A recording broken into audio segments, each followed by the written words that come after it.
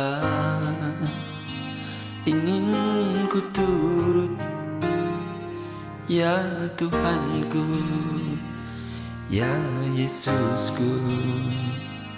Karena semua dosa-dosaku Kau tebus dengan darah-Mu.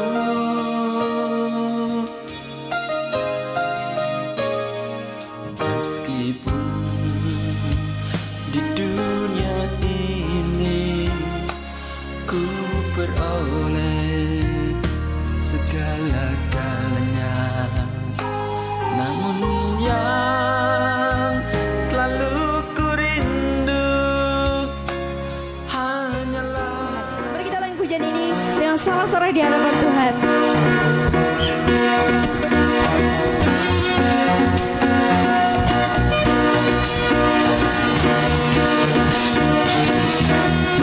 kami memuji-Mu. Kita katakan, angkatlah tanganmu, angkatlah suaramu, puji dan serukan nama Yesus, tanggalkan bebanmu, tak perlu kuasa turun, sebab Dia sanggup. Gerakkan kakimu, menarilah dan bertepuk tangan, bersukacitalah, tak perlu kuasa turun, sebab Dia sanggup. Sekarang nyanyikan kebesarannya yang kuat dan penuh kuasa, bersorak-sorai karena kasih-Nya pada tak melewati. Lagi jemaat katakan, sekarang nyanyikan kebesarannya yang kuat dan penuh kuasa, bersorak-sorai karena kasih-Nya pada tak melewati. Sekarang nyanyikan kebesarannya yang kuat dan penuh kuasa, bersorak-sorai karena kasih-Nya pada tak melewati.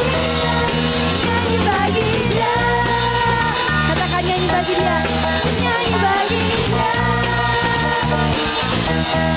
nyanyi bagi Dia. Silakan jemaat Tuhan boleh duduk kembali.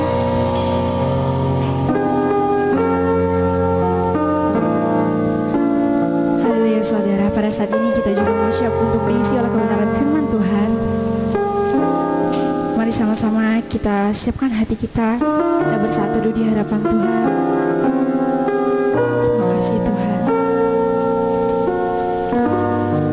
Tuhan Yesus, terpujilah Engkau di tempat yang maha tinggi ya Bapa. Pada saat ini Tuhan Yesus, Kau rindu Tuhan Yesus untuk mendengarkan firman-Mu Tuhan. Biarlah setiap firman-Mu yang kami dengarkan pada saat ini ya Bapa, itu boleh menjadi kekuatan dalam kehidupan kami Tuhan Yesus, hari demi hari untuk melangkah dalam kehidupan kami. Biarlah Tuhan memberkata-kata Tuhan Yesus dalam hati kami. Urapilah hamba-Mu yang sebentar akan memberitakan firman-Mu ya Bapa. Berkatilah dia ya Tuhan Yesus. Biarlah apa yang disampaikan pada saat ini ya Bapa boleh memberkati kami semua Tuhan. Terima kasih banyak Yesus. Terima kasih Yesus.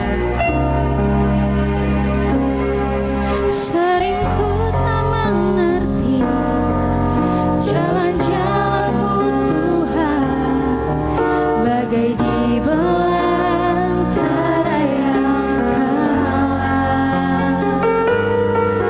Tanpa seribu tanya, namun tetap percaya, jejak-Mu Tuhan sungguh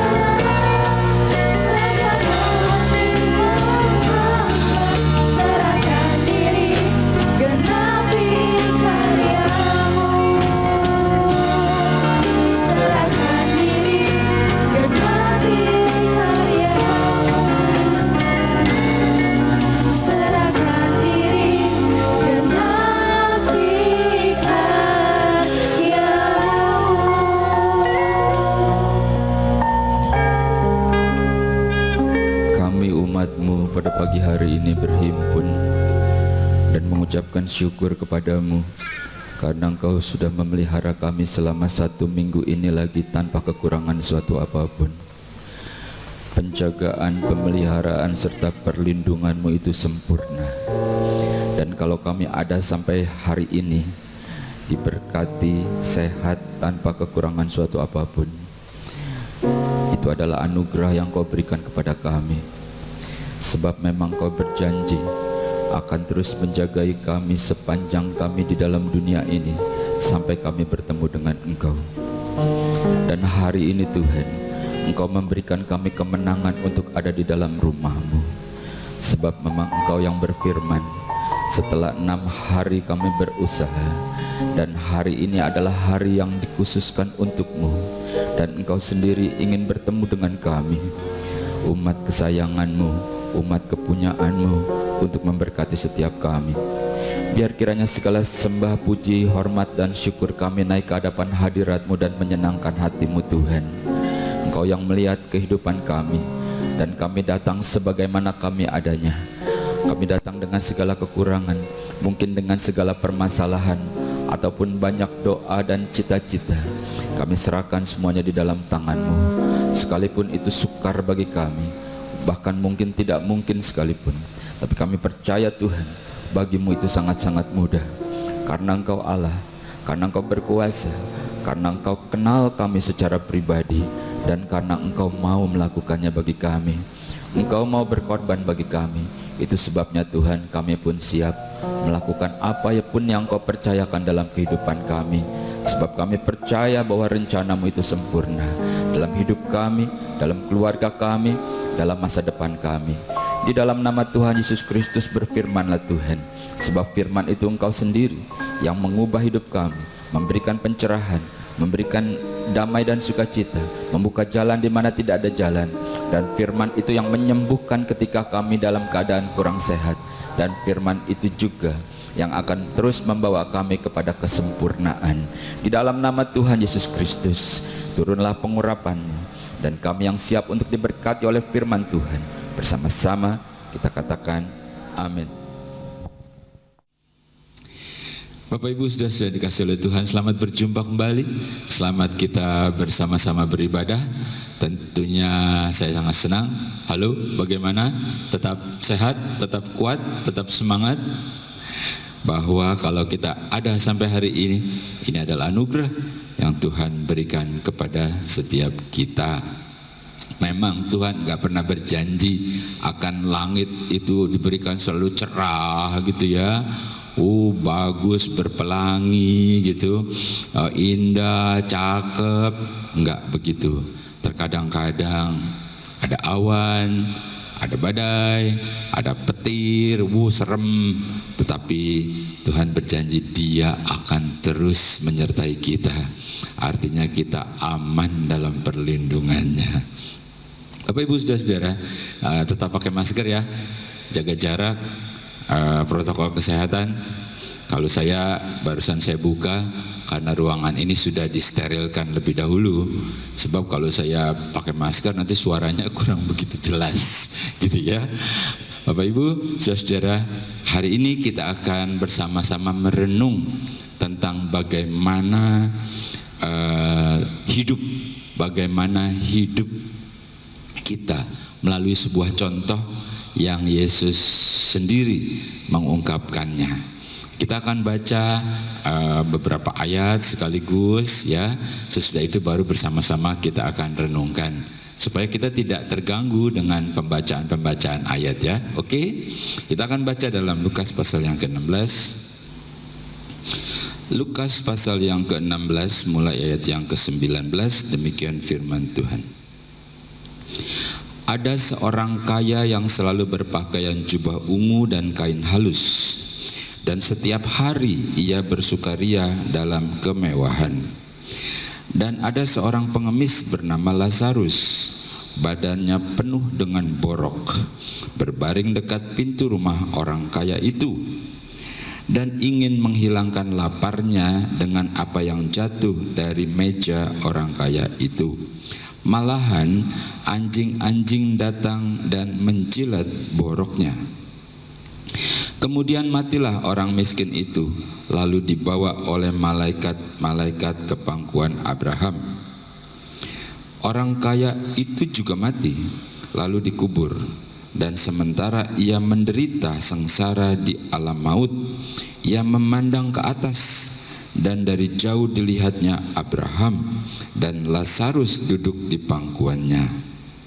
Lalu ia berseru, katanya, Bapa Abraham, kasihanilah aku, suruhlah Lazarus supaya ia mencelupkan ujung jarinya ke dalam air dan menyejukkan lidahku, sebab aku sangat kesakitan dalam nyala api ini. Tetapi Abraham berkata, Anak, ingatlah bahwa engkau telah menerima segala yang baik sewaktu hidupmu, sedangkan Lazarus segala yang buruk.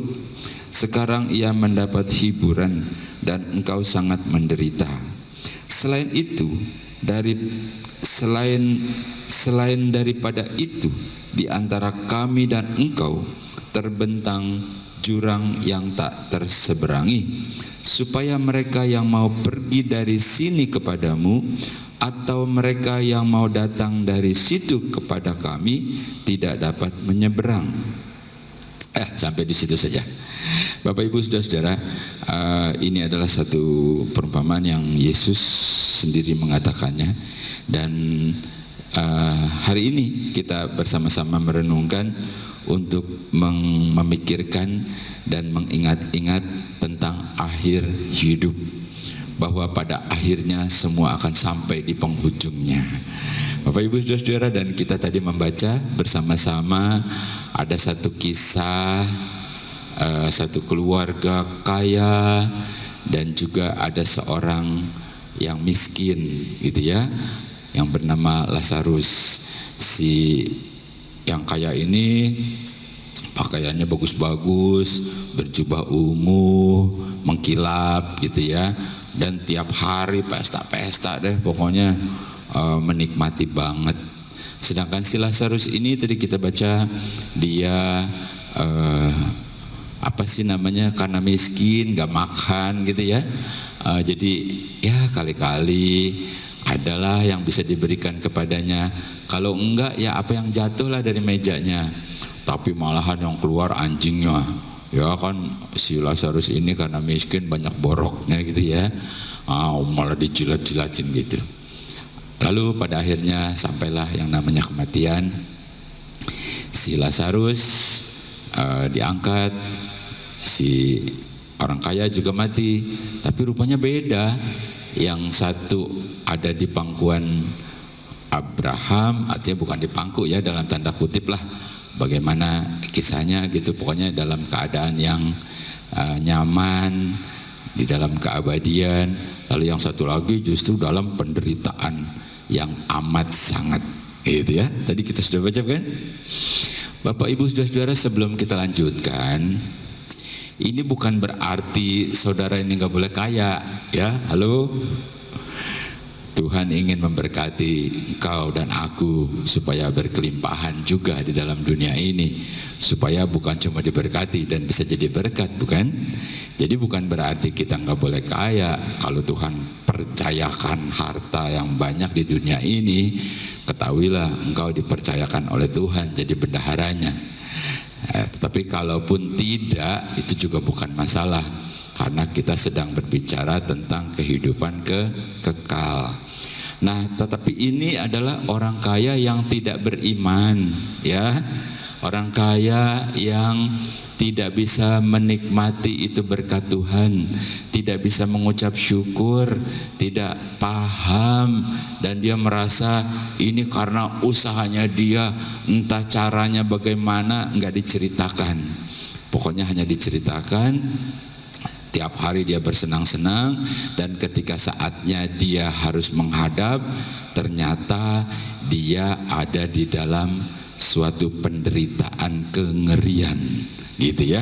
Jadi ini rupanya seorang yang kaya tapi tidak beriman, gitu ya. Beda dengan kita toh, saudara diberkati tapi saudara beriman, wih itu luar biasa, begitu ya. Jadi jangan sampai kita salah, wah kalau gitu kita nggak boleh kaya nih, gitu ya. Waduh, itu biarin susah aja nih. Oh nggak begitu ya. Nah kita lanjutkan. Bapak Ibu Saudara, dari sini kita melihat ada sesuatu yang bisa kita renungkan.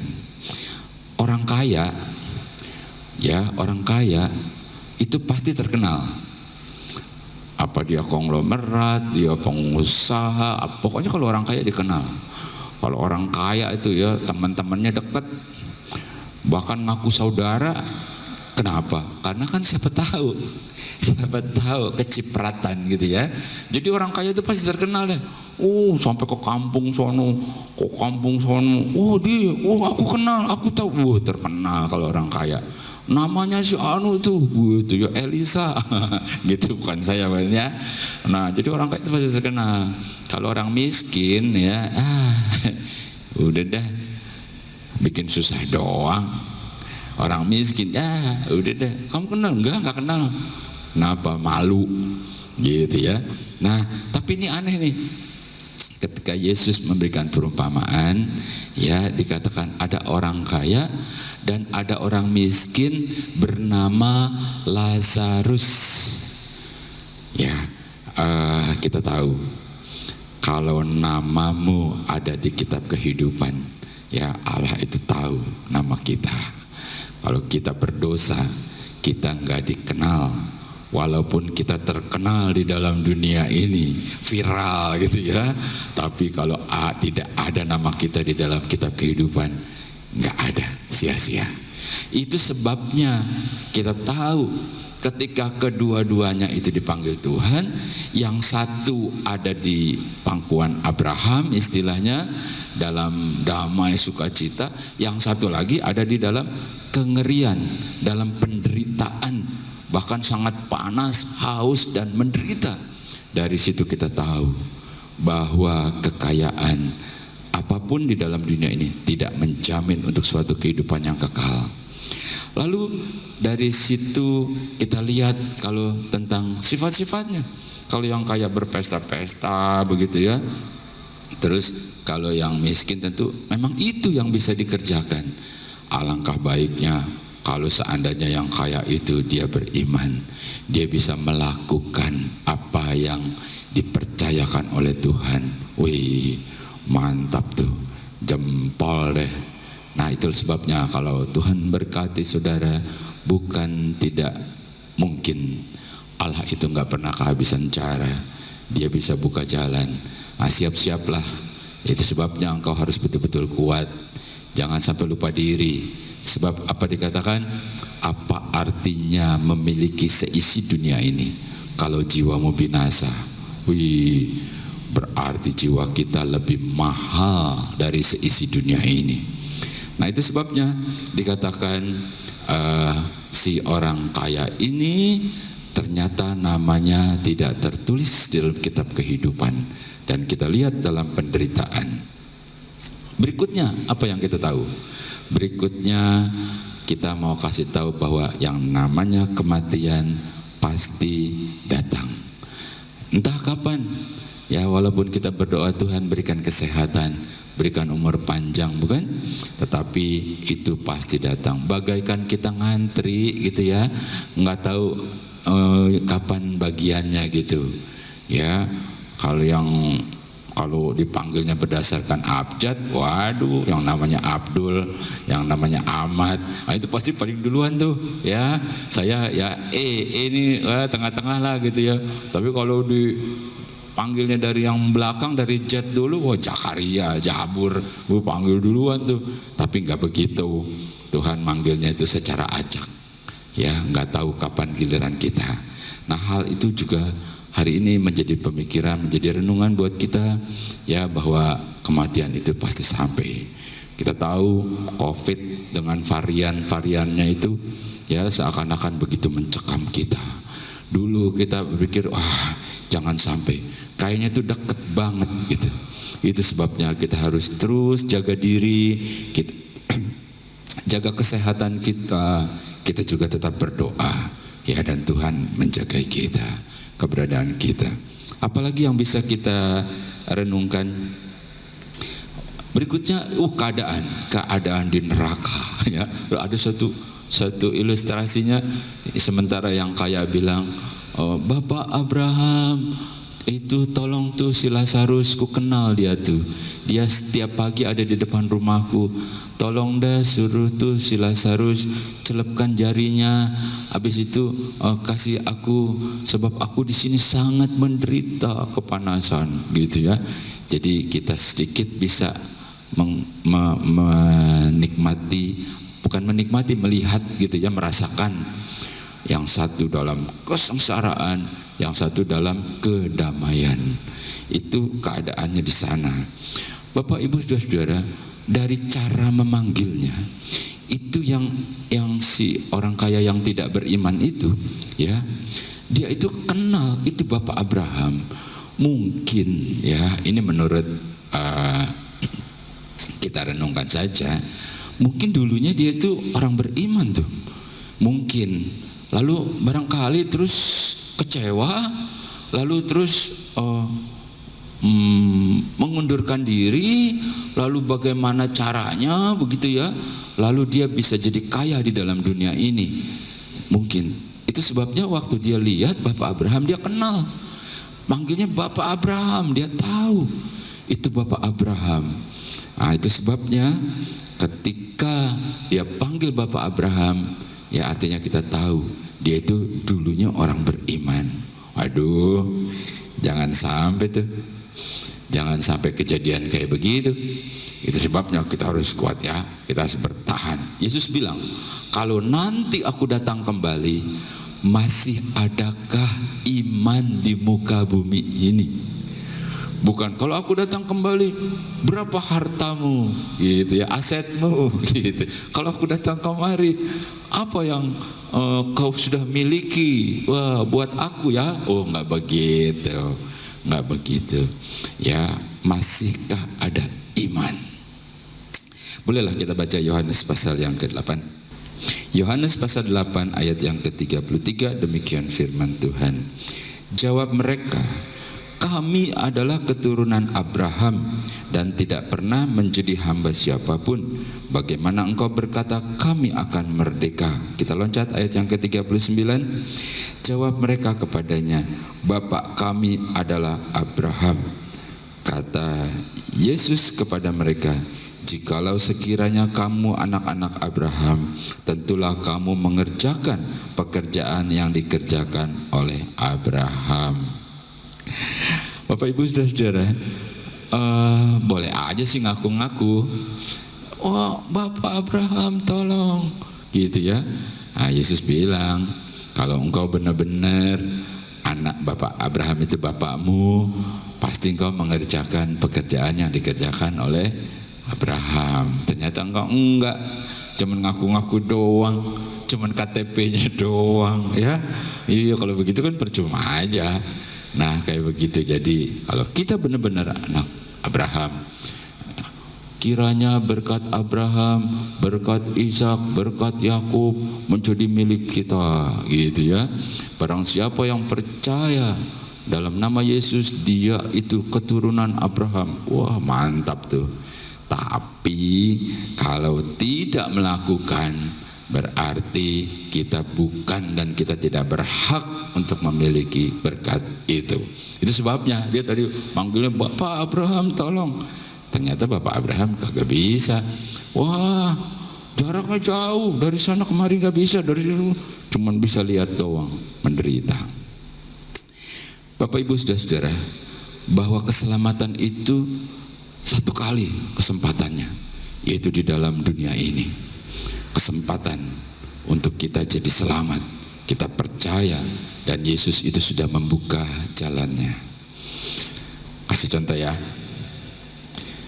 misalkan saudara ditawarkan satu proyek besar, terus keuntungannya juga besar, tawarkan, aku tunjuk, aku kerjakan, kau kerjakan. Lalu saudara menghitung toh, wah kita nggak mampu, nggak bisa, udahlah, kita tidak bisa menerima itu, walaupun itu sangat menjanjikan. Lalu dikerjakan oleh temanmu, benar ternyata, wih mantap deh, semuanya oke, bagus, profitnya juga bagus, semua beres, keuntungannya, profitnya besar. Terus saudara bilang, ya udahlah, memang aku juga nggak mampu sih, gitu ya. Nggak nyesel tuh, ya nggak nyesel. Nah, emang kan bukan kemampuan kita, bukan kelasnya, gitu ya biasanya ya. Ya udah, selesai urusan. Tetapi, misalkan saya nih, ini aku tentukan, kamu lah udah, nggak usah kita tender, aku sudah percaya sama kau, gitu ya misalnya. Kerjakan, proyeknya kita mampu, manpowernya kita mampu, capitalnya oke, semuanya oke, site-nya juga kita sudah survei oke, semuanya oke, hitung-hitungannya juga profitnya oke, semuanya menjanjikan, gitu ya. Artinya semua bisa kita kerjakan. Lalu kita memutuskan untuk tidak ambil. Tidaklah, enggak, kenapa? Enggak, udah enggak, gitu kan. Terus dikerjakan nih oleh teman kita misalnya ya, dikerjakan, ternyata profitnya bagus, semuanya baik. Nyesel apa enggak? Halo? Nyesel banget ya. Kita mampu, kita bisa, tapi kita tidak kerjakan, dikerjakan oleh dia. Akhirnya dia yang memperoleh kebaikannya, keuntungannya. Nyesel ya. Kalau yang tadi kan nggak nyesel tuh, orang kita nggak mampu gitu ya. Nah, ini sedikitlah untuk membuka pikiran kita ya. Kalau nanti di sana kita nggak nyampe sana, kan cuma dua kemungkinan, di dalam kehidupan mulia atau di dalam penghukuman. Kalau kita tidak sampai di sana, nyesel, tahu nyesel. Kenapa? Karena semuanya sudah disiapkan, jalannya sudah dibuka, melakukannya juga kita bisa, kita mampu untuk melakukan, kita mampu untuk terus berjalan. Ternyata kita tidak melakukan. Nyesel bukan? Itu sebabnya kesempatan masih ada. Dan kesempatan itu ketika kita masih ada di dalam dunia ini. Kalau kita sudah membujur gitu ya, sudah diem, dipanggil Eliza, diem, makan, nggak nyaut, mandi, nggak nyaut, udah nggak ada guna, terlambat. Jadi kesempatan masih ada loh, kesempatan masih ada. Jangan sampai nyesel, ya. Jadi jangan sampai di sana kita manggil Bapak Abraham, udah nggak bisa, terlambat. Nah, jadi begitu banyak yang kita bisa renungkan ya tentang mengingat-ingat tentang akhir hidup. Ya bukan berarti kita sudah mau cepet-cepet, tidak. Kita minta Tuhan memberikan kita kesehatan sampai kita bisa melihat anak-anak lagi sampai cucu ya. Bukan cuma panjang usia tapi sehat ya, panjang usia tapi sehat dan juga diberkati. Kita memang minta, tapi kalau saatnya itu akan sampai, kita pun sudah siap. Jadi betapa nikmatnya kita bisa hidup kalau kita sudah tahu apa yang kita jalani dan kemana tujuan kita. Bukan kita udah bagaimana aja lah, nantilah bagaimana, bagaimana kita bisa melangkah dengan pasti. Tetapkan hatimu, yakinkan bahwa Tuhan bersama dengan kita. Jadi seperti itu yang bisa kita renungkan dari perumpamaan itu. Ya, bagaimana bahwa hidup kita ini harus betul-betul ada di dalam jalur yang benar bersama dengan Tuhan Allah kita dalam nama Yesus Kristus. Ayat yang terakhir kita baca. Wahyu pasal yang ke-20 ayat yang ke-15, demikian firman Tuhan. Dan setiap orang yang tidak ditemukan namanya tertulis di dalam kitab kehidupan itu, ia dilemparkan ke dalam lautan api itu. Halo, aduh, ngeri banget. Saya berharap nggak ada satupun kita yang masuk ke dalam api itu, karena nama kita ada tercatat dalam kitab kehidupan di surga. Jadi kalau saatnya kita kembali, kita ditunggu seperti bapak menunggu anaknya pulang, begitu ya. Dipeluk kita, ya, dirangkul, disayang kita ditunggu. Jadi yang namanya tidak ada di dalam kitab kehidupan itu dipastikan akan masuk ke dalam penghukuman di dalam lautan api itu, dan kengerian pastinya ngeri. Dan yang namanya ada di dalam kitab kehidupan, namaku Eliza Sukiman, gitu ya. Wih, ada buah kita dipanggil. Kalau saatnya gitu kita menikmati ini akhir hidup dalam sukacita, gitu, diberkati lagi kita di dunia ini sampai kita di surga. Bapak Ibu saudara-saudara, dibaca kembali ya, baca kembali, direnungkan kembali. Kalau sempat berdoa ya berdoa, kalau kurang begitu nangkep, puter lagi aja, nggak apa-apa, gitu ya. Itu kan bisa diulang-ulang toh, ya, sampai kita benar-benar tahu ternyata Tuhan itu sangat peduli sama kita. Manusia bisa nggak peduli, manusia bisa tinggalkan, ya, dia bisa lupa sama kita, tetapi Tuhan nggak pernah tinggalkan kita. Itu sebabnya jadilah kuat, ya, tetap semangat, tetap sukacita. Di Jakarta sekarang sudah menurun loh angka pandeminya, berharap akan terus menurun, ya, dan kita akan menjadi lebih sehat. Bapak Ibu saudara-saudara, jadilah kuat, dan kita harus percaya kalau hari ini kita beribadah itu enggak sia-sia karena kita bertemu dengan Tuhan. Oke? Ya, mari kita berdoa bersama-sama.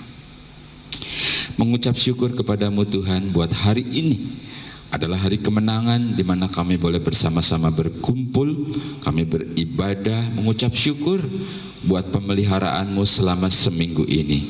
Dan kami percaya masih banyak minggu-minggu berikutnya yang akan kau peliharakan kepada kami. Dan hari ini Tuhan, kami merasakan bahwa engkau begitu peduli, engkau mengasihi kami, dan engkau memberikan kami kesempatan untuk melakukan apa yang terbaik selama dalam hidup ini. Bapa di surga, kami mau berdoa untuk seluruh aktivitas kami sepanjang minggu ini. Apapun yang Kau percayakan untuk kami kerjakan, kami akan kerjakan bersama dengan Engkau. Berkati setiap usaha mata pencarian kami, yang berniaga, yang berdagang, yang trading apapun yang Kau percayakan kepada kami, Engkau memberkati Tuhan. Juga yang bekerja juga Tuhan, Kau berkati di tempat kerjaan mereka. Yang kuliah, yang sekolah, berikan hikmat dan akal budi. Yang sudah tidak bekerja Tuhan, Kau cukupi dengan cara-Mu yang ajaib. Berkati anak-anak mereka, berkati cucu-cucu, mantu-mantu mereka, Engkau berkati Tuhan. Kami percaya Tuhan, Kau memberkati kami dan keluarga kami, dan seluruh keluarga besar Engkau memberkati Tuhan. Dan hari ini adalah hari kemenangan. Kami percaya kami tidak lagi sendiri, sebab Engkau berjalan bersama dengan kami. Berikan kesehatan, berikan umur panjang, sampai kami bisa melihat anak-anak dari anak-anak kami tumbuh dewasa di dalam Engkau. Di dalam nama Tuhan Yesus Kristus, inilah doa, permohonan, dan ucapan syukur kami. Kami percaya Tuhan, Kau memberkatinya, Engkau sedang melakukannya bagi kami. Dan dengan semua yang Kau lakukan, yang Kau berkati, biar nama Tuhan yang ditinggikan atas hidup kami, keluarga kami. Dan hari ini Tuhan, kami serahkan semuanya ke dalam tangan-Mu. Kami percaya bahwa Engkau sudah mendengar setiap doa kami. Dengan iman, dengan percaya, dengan ucapan syukur, terima berkat Tuhan. Bersama-sama kita katakan amin. Tuhan Yesus berkati. Kaulah ingin ku turut, ya Tuhanku, ya Yesusku. Karena semua dosa-dosaku Kau tebus dengan darah-Mu.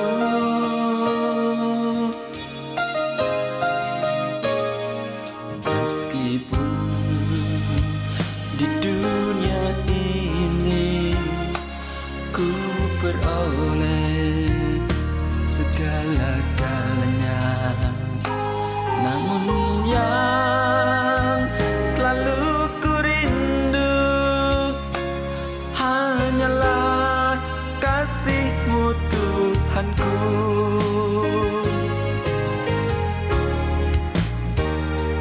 Inginnya ku di sisi-Mu, bersama-Mu di surga yang mulia.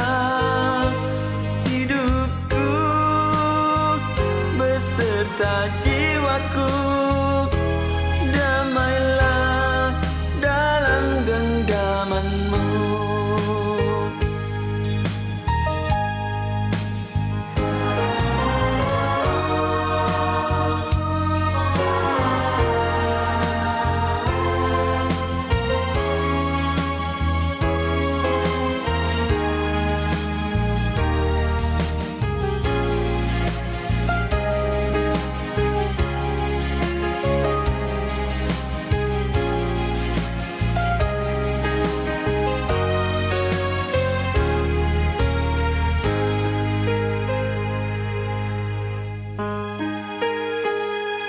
Meskipun di dunia ini